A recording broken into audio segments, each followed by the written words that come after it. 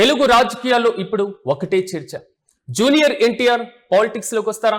వస్తే ఏమవుతుంది? ఒకవేళ తారక్ గనుక యాక్టివ్ పాలిటిక్స్ లోకి ఎంట్రీ ఇస్తే జనం ఎలా ఆదరిస్తారు? ఆంధ్రప్రదేశ్ లో వచ్చేటువంటి పొలిటికల్ చేంజెస్ ఏంటి? ముఖ్యంగా తన తాత పురుడు పోసినటువంటి తెలుగుదేశం పార్టీ పరిస్థితి ఏ విధంగా మారబోతుంది?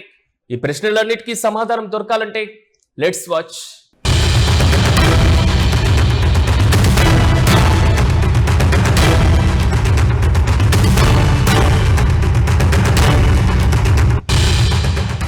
రాజకీయాల్లోకి వస్తే కలిసి వచ్చేటువంటి అంశాలేంటో ఇప్పుడు చూద్దాం. ప్రధానంగా తిరుగులేని మాస్ ఇమేజ్ తో పాటుగా క్రేజ్. ఎన్టీఆర్ కేవలం నటుడు మాత్రమే కాదు, కోట్లాది మంది అభిమానులు ఉన్నటువంటి మాస్ హీరో కూడా. ఆయనకున్నటువంటి వాగ్ధాటి, డైలాగ్ డెలివరీతో పాటుగా నతన తాతగారైనటువంటి సీనియర్ ఎన్టీఆర్ ను గుర్తు చేస్తూ ఉంటాయి. ఆయన పాలిటిక్స్ లోకి వస్తే పార్టీకి స్టార్ అట్రాక్షన్ కూడా దొరుకుతుంది.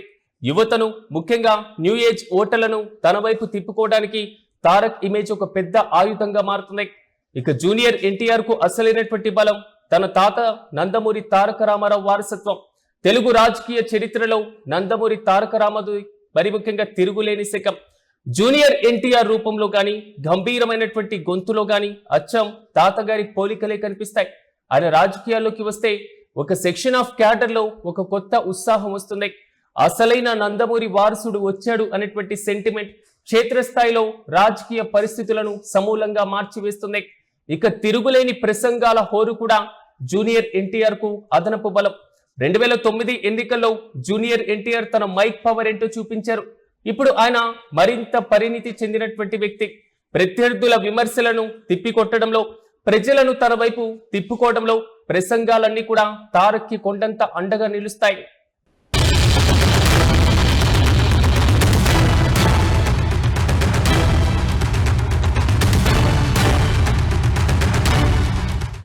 ఇక జూనియర్ ఎన్టీఆర్ రాజకీయ రంగ ప్రవేశంతో ఆంధ్రప్రదేశ్ రాజకీయాల్లో భారీ మార్పులు రాక తప్పదన్న వాదనలు రాజకీయ విశ్లేషకుల దగ్గర నుంచి వినిపిస్తున్నాయి.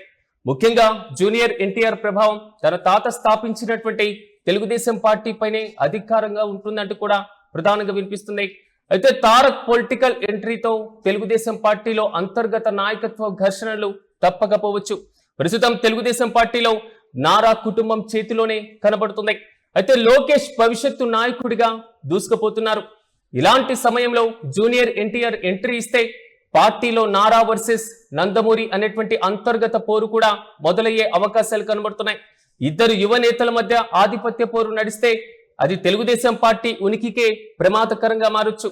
మరి ముఖ్యంగా ఎన్టీఆర్ పెట్టినటువంటి పార్టీ కాబట్టి తెలుగుదేశం పార్టీకి ఆ గ్లామర్ సెంటిమెంట్ కూడా ఉన్నాయి. రేపు జూనియర్ ఎన్టీఆర్ సొంత పార్టీ పెట్టి మా తాతగారి ఆశయాల కోసం పార్టీ పెట్టాను, ఆయన ఆత్మగౌరవ నినాదాన్ని నేనే ముందుకు తీసుకువెళ్తాను అని ప్రకటిస్తే తెలుగుదేశం పార్టీ తన ప్రధానమైనటువంటి నందమూరి సెంటిమెంట్ బ్రాండ్ ను కోల్పోతుంది. ప్రజల్లో కూడా అసలైన వారసుడు తారకే అనేటువంటి భావన బలపడితే అది తెలుగుదేశం పార్టీ ఉనికికే దెబ్బగా మారుతుంది.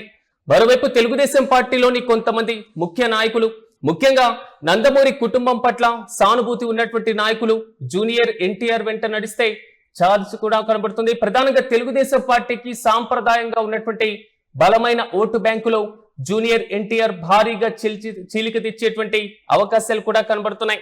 ముఖ్యంగా కమ్మ సామాజిక వర్గం, నందమూరి అభిమానులు, అలాగే తటస్థ ఓటర్లలో తెలుగుదేశం పార్టీ వైపు ఉండేటువంటి ఒక పెద్ద సెక్షన్ తారక్ తన వైపు మొగ్గు చూపించేటువంటి విధంగా అవకాశాలు బాటలు వేసే ఛాన్స్ ఉంటుంది. దీనివల్ల ప్రభుత్వ వ్యతిరేక ఓటు లేదా తటస్థ ఓటు చీలిపోయి అంతిమంగా అది తెలుగుదేశం పార్టీ విజయ అవకాశాలను దెబ్బతీస్తున్నాయి. ప్రస్తుతం తెలుగుదేశం పార్టీలో నారా లోకేష్ యువతను ఆకర్షించేందుకు ప్రయత్నిస్తున్నారు. కానీ జూనియర్ ఎన్టీఆర్ క్షేత్రస్థాయిలోకి వస్తే ఆయనకున్నటువంటి మాస్ క్రేజ్ ముందు యువత అటువైపు ఎక్కువగా వెళ్లేటువంటి అవకాశాలే కనబడుతున్నాయి. అయితే తెలుగుదేశం పార్టీ సోషల్ మీడియా వింగుతో పాటుగా గ్రౌండ్ లెవెల్లో పనిచేసేటువంటి యంగ్ క్యాడర్ లో ఎక్కువ శాతం తారక్ వైపు షిఫ్ట్ అయ్యేటువంటి ప్రమాదం కూడా ఉంది. తెలుగుదేశం పార్టీలో చాలా కాలంగా అసంతృప్తితో ఉన్నటువంటి సీనియర్లు లేదా లోకేష్ నాయకత్వాన్ని పూర్తిగా జీర్ణించుకోలేకపోతున్న కొందరు నేతలు జూనియర్ ఎన్టీఆర్ పార్టీ వైపు చూసేటువంటి అవకాశాలు కూడా ఉంటాయి. తారక్ పార్టీ పెడితే ఒక బలమైనటువంటి ప్రత్యామ్నాయం దొరికినట్లవుతుంది. కాబట్టి తెలుగుదేశం పార్టీ నుంచి వలసలను ఆపడం చంద్రబాబుకు పెద్ద సవాల్గా మారుతుంది.